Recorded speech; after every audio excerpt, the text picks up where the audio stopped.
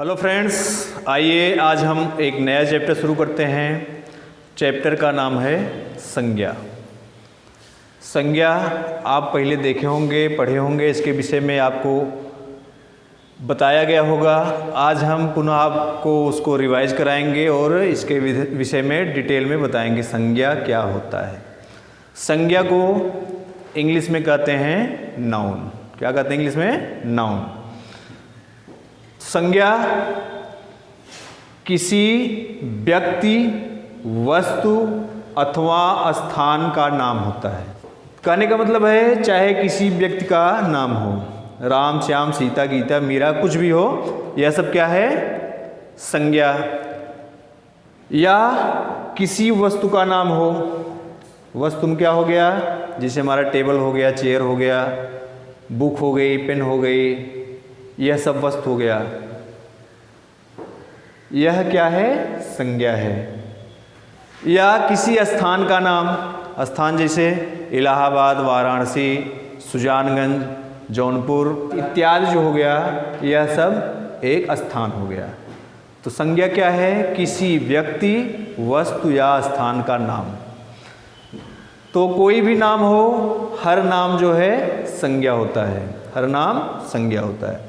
संज्ञा की डिफिनीशन है किसी व्यक्ति, वस्तु अथवा स्थान के नाम को संज्ञा कहते हैं। किसी व्यक्ति, वस्तु अथवा स्थान के नाम को संज्ञा कहते हैं। इंग्लिश में क्या कहते हैं? All naming things are called noun. सभी नाम वाली वस्तुओं को संज्ञा कहते हैं। चलिए, यह होगी संज्ञा की डिफिनीशन।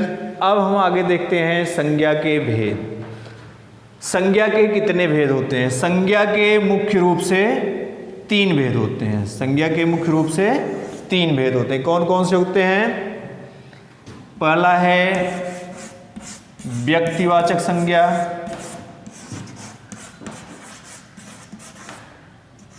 व्यक्तिवाचक संज्ञा।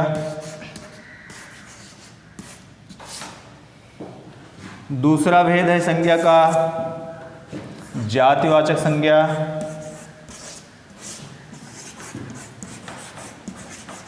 जातिवाचक संज्ञा। और तीसरा भेद है भाववाचक संज्ञा। भाववाचक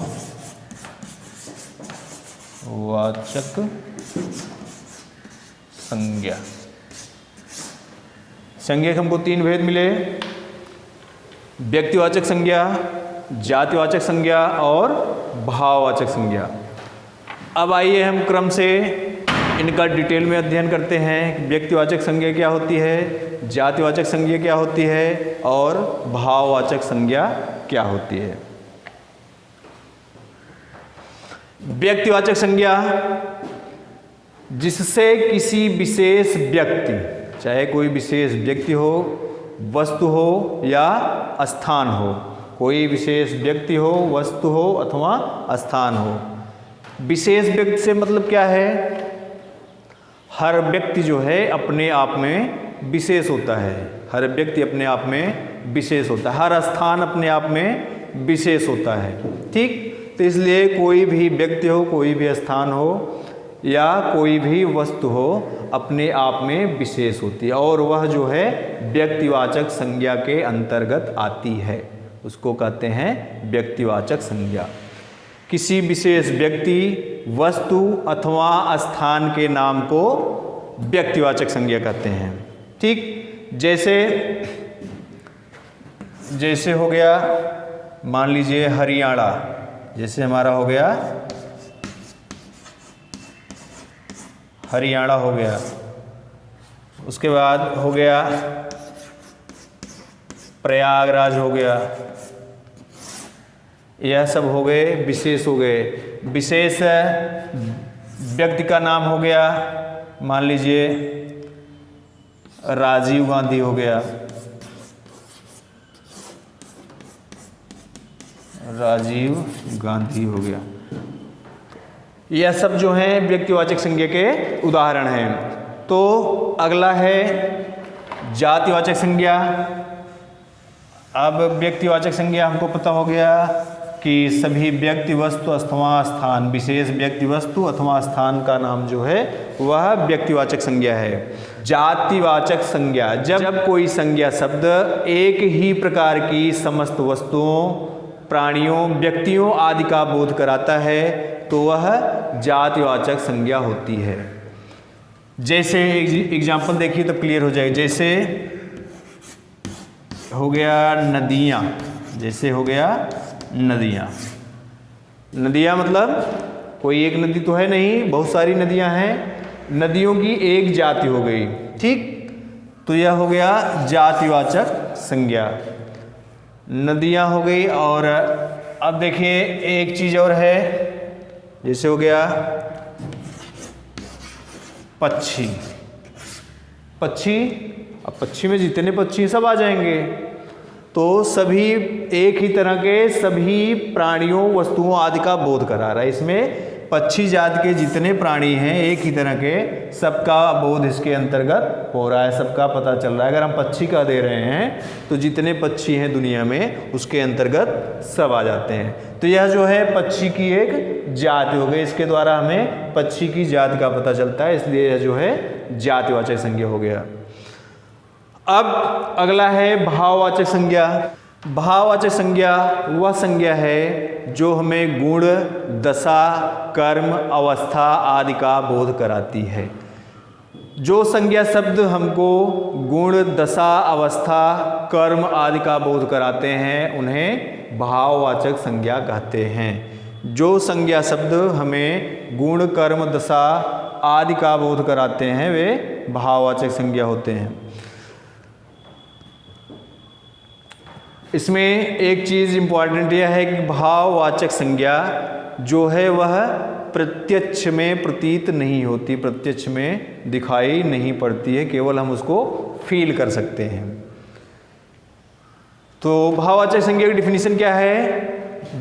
ऐसे शब्द जो हमें गुण, कर्म, दशा, अवस्था आदि का बोध कराते हैं उन्हें हम भाववाचक संज्ञा कहते हैं। और भाववाचक संज्ञा प्रायः हमको फील होती हैं, दिखाई नहीं पड़ती, उसको हम महसूस कर सकते हैं, दिखाई नहीं पड़ती। जैसे है बचपन। बचपन, अब बचपन हम केवल फील कर सकते हैं ना, कोई छोटा सा है, बच्चा है तो हम कहते नहीं इसका बचपन चल रहा है, फीलिंग है। खुशबू,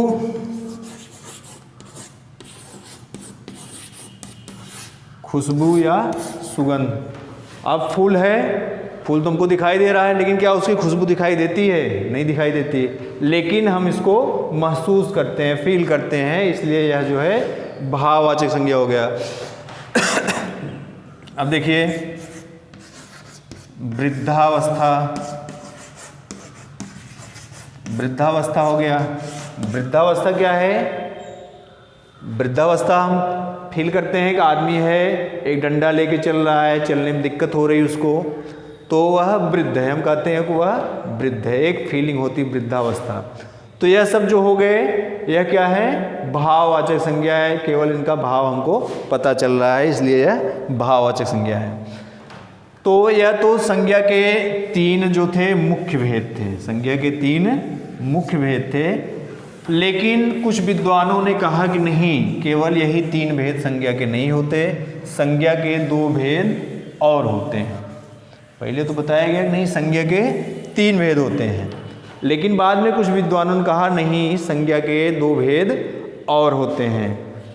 वे कौन से हैं? उसमें जोड़ दिए, चौथा नंबर जोड़े समूह या समुदायवाचक संज्ञा। समूह या समुदायवाचक संज्ञा। और अगला जोड़ दिए, इसमें पांचवा जोड़े द्रव्य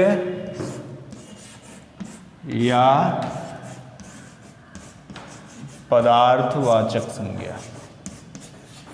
द्रव्य या पदार्थवाचक संज्ञा।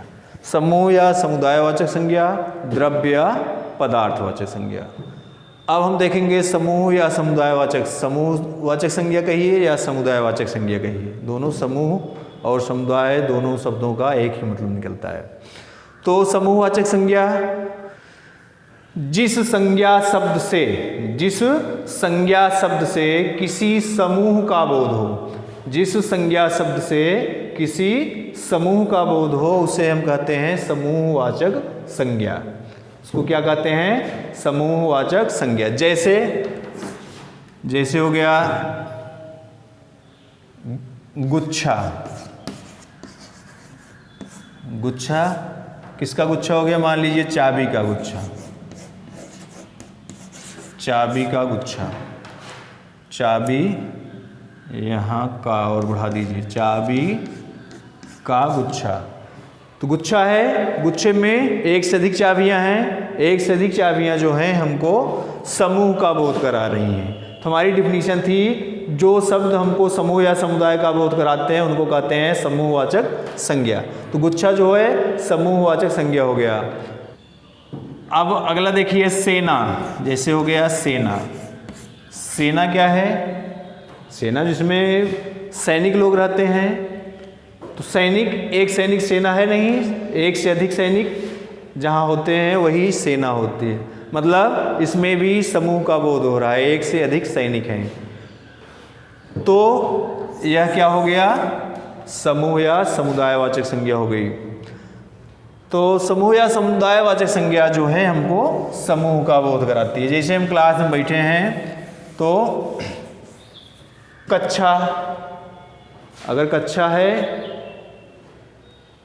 तो कक्षा में बहुत से छात्र बैठे हैं, तो छात्रों का समूह यहाँ है, इसलिए समूह का बोध हो रहा है। कक्षा कहने से समूह का बोध हो रहा है कि कक्षा में बहुत सारे छात्र हैं। यह हो गया समूहवाचक संज्ञा।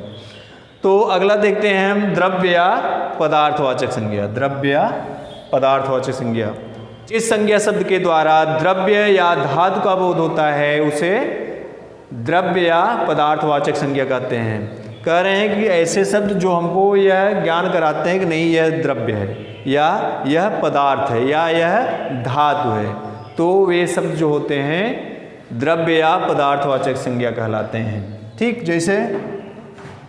जैसे हो गया मान लीजिए है दूध। दूध क्या है?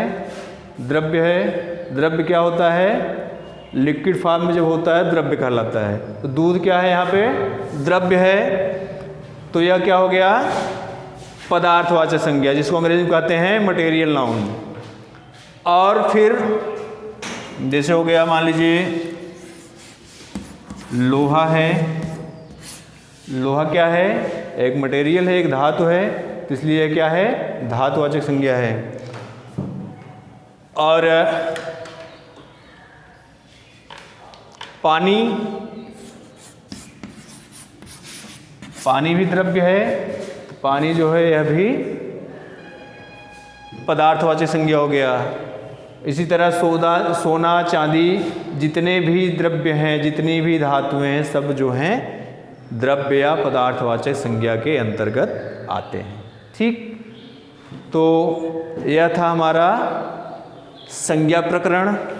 इस चैप्टर को आप अपनी बुक में से देखना, देख के साथ में वीडियो को चला के पढ़ना। जो न समझ में आए आप कमेंट के माध्यम से हमको बताना और हम आपके प्रश्नों का, सभी प्रश्नों का यथोचित जवाब देंगे। चलिए बच्चों, मिलते हैं फिर अगले वीडियो में। नमस्कार।